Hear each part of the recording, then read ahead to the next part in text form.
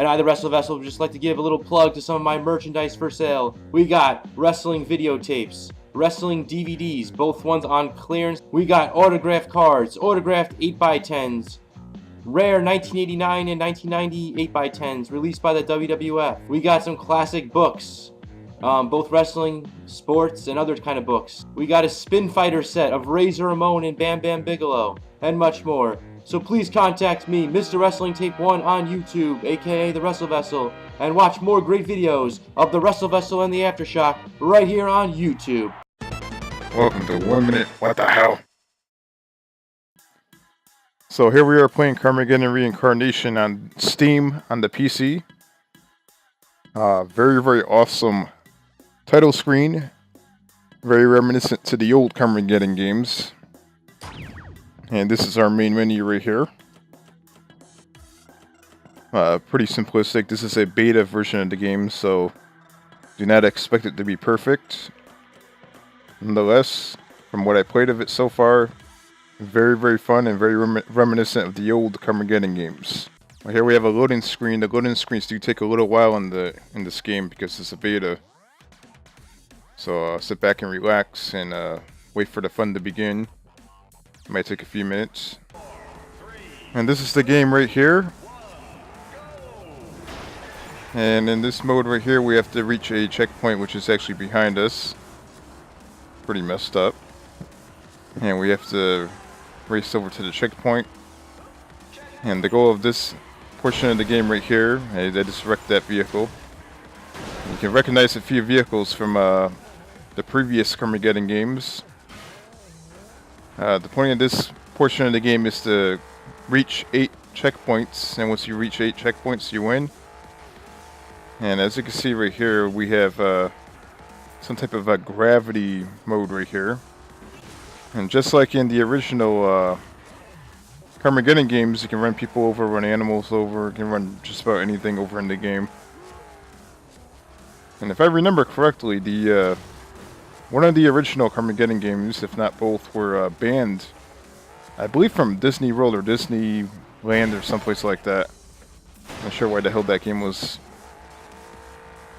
actually able to be played over in Disney World or Disneyland. But if I remember correctly, I think it was banned at a place like that.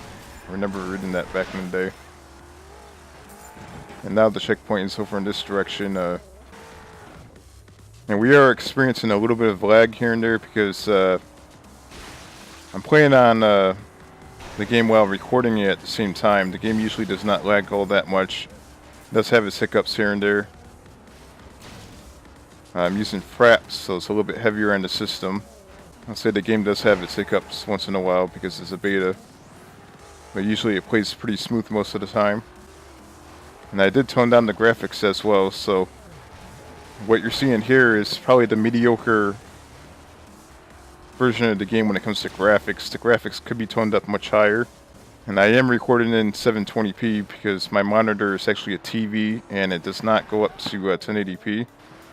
It's an old Dynex TV from Best Buy. And it works like a charm. You see here we're about to get our 5th checkpoint. There we go.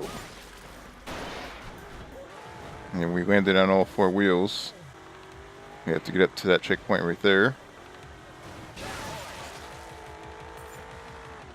Get down here. Now, the game runs at, I believe, around 30 frames per second. It's weird. So it's kind of like the Xbox One and PS4 games. A lot of them do run at 30 frames per second for some weird reason. I'm not sure why. And as you see there, I won that match. That vehicle is the same vehicle that I believe was in Carmageddon 2. A very, very awesome game back in the day. And here we have the death race portion of the game right here. And this game does have many different maps, not quite the same as the original Carmageddon games. The gameplay is pretty much the same. Same exact goals and everything, but different maps. You see you still run people over just like that. Much more gruesome graphics. Actually, Carmageddon 2 is pretty much the same, just more primitive graphics. And that's good because they didn't really change much. Keep the game intact. Keep the game nice and fun to play. And we need to pretty much get back where the race is right here. As you can see, when you run people over, whatever the case may be, their actual blood effects actually stay on the map. You can actually go into the option menu and make it so that the guts and the blood stay right on the map, which is pretty sick. You can see there's a dead guy right there. Not having a good day, that's for sure. And we are inside of a stadium. Check that out. It's pretty awesome graphics. Now I'm playing this on an i5 with 8 gigs of RAM. I'm using a GeForce 750 Ti, which for me is definitely good enough. I know they're up to the 900 series. They may have something better than that out now, I'm not sure. But that's definitely more than enough for me.